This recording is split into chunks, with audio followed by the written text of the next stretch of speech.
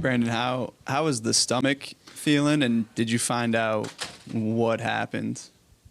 I'm good. I'll be ready to play tomorrow. I think it was just food poisoning. I don't know from what, but maybe some seafood.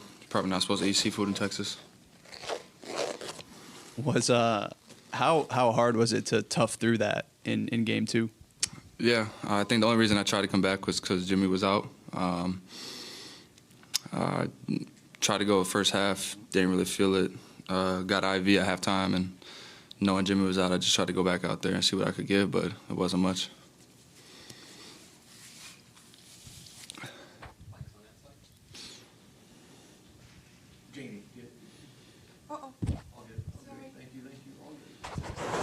What have the just like the past couple of days after that game been like for you in terms of recovering? I think after that game, the next day, so yesterday was the first day I really ate food, got in 72 hours. So just been really focusing on that, hydrating, eating some food, some good food, just kind of get my body back to where it was Monday or Sunday for the game. Brandon, what can you guys do? I mean, Jimmy, even if he plays, I mean, it's hard to imagine he's going to play the kind of minutes he's been playing, 40-plus minutes. What can you guys do around him to sort of, I guess, lighten the load on him?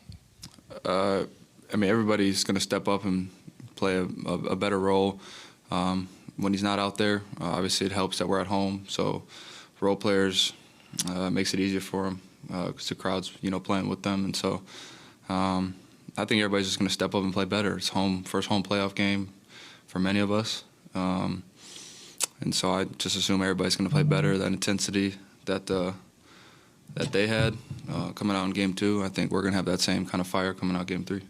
What's going to be your focus, individual focus for you? Defensive intensity with Green and Van Vleet, and the same it's been as Game 1.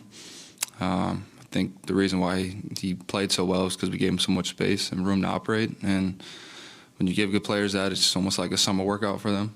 And so having that plus the crowd kind of fueled his fire. And I think if we just heat him up like we did Game 1 and put pressure on him and make him make decisions, we'll be fine.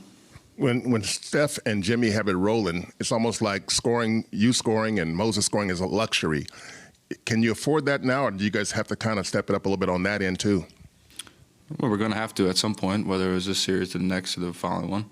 So why not now? I've told you this in an interview before. Great championship teams have great role players that step up and make plays. It's no secret. It's what it is. And so I think now's a good time for us to all do it, since if Jimmy's not out, Jimmy's playing or he's not playing, obviously he probably won't play the same minutes, just what it is. And then how do we manufacture the non-Steph minutes? Just everyone's going to step up a little bit. Brandon, when you talk about defensive intensity, how much does physicality, how much is that a part of it? It's physicality and effort. That's what it comes down to. Whatever scheme you have out there, if you're physical and you make the extra effort, a lot of times you win games.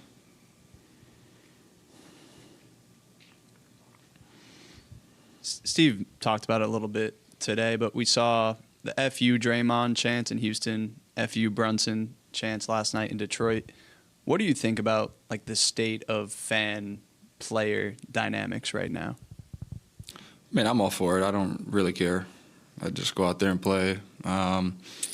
But it's cool to see fans engaged. I'm pretty sure Chase Center's not going to be doing that tomorrow, but it's cool to see the engagement with the fans. You can tell that the cities of Detroit and the city of Houston has kind of embodied the way the team's playing. The physicalness, the pushing, shoving, the fans have kind of embodied that as well. And so you can feel it, but it's what the playoffs are about. Is there a line that's crossed, though? Because Steve says, swearing the F word at an individual player in an arena where there are thousands of kids as well. He's questioning the example that's being set. I mean, do you find that there's a line between refs you suck and somebody being told to F you? I mean, it's just.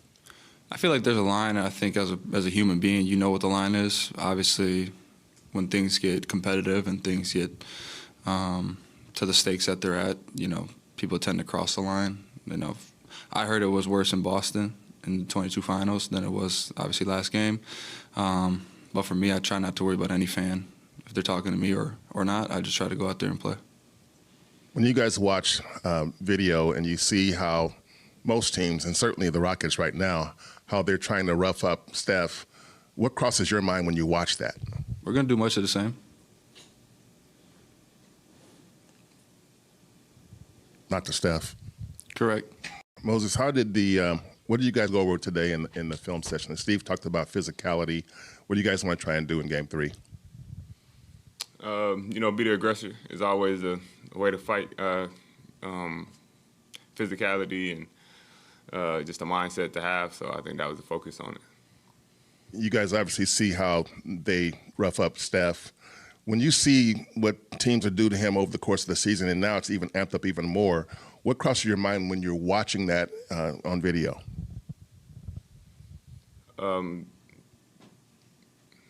They're a physical team, so physicality is something that they use, and obviously the player that Steph is, he draws a lot of attention, so that attention is physical.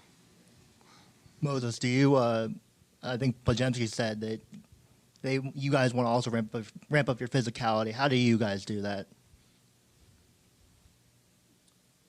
I think, like I said, like aggressiveness and being the aggressor is a mindset. So, you know, just getting extra bumps in when people go through the lane. I guess getting into the ball more, dictating where the defense, what offense goes, dictating the possession that way. That's how I like to do it, the point of attack on defense. So I think that was our ways. You guys, if Jimmy plays, it's hard to imagine he's going to play the minutes he has been playing, plus 40 minutes plus per game lately.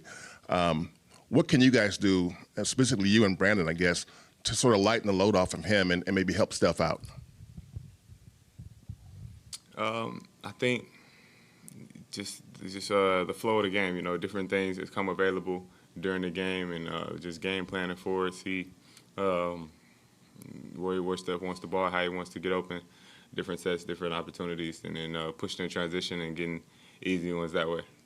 And how important is it for you guys to score rather than play make in this game, or a little bit of both? You know, different games present different things, so we got to get out there and really get a feel for what's needed and how the games goes. But obviously, not knowing the situation, whatever it is, you got to react and be ready for it. So it might be more of a scoring role. A lot of animosity in this series from what we can see. What's it been like being in that environment, talking to other maybe Rockets players or your teammates and everything? It's fun. It's cool. It's high pressure, high stakes basketball. So you know that's the game that we love to play. So at the highest level, with all of the antics and stuff involved, that's the most fun. Dillon Brooks today called Draymond Green a dirty player. Do you have any reaction to that?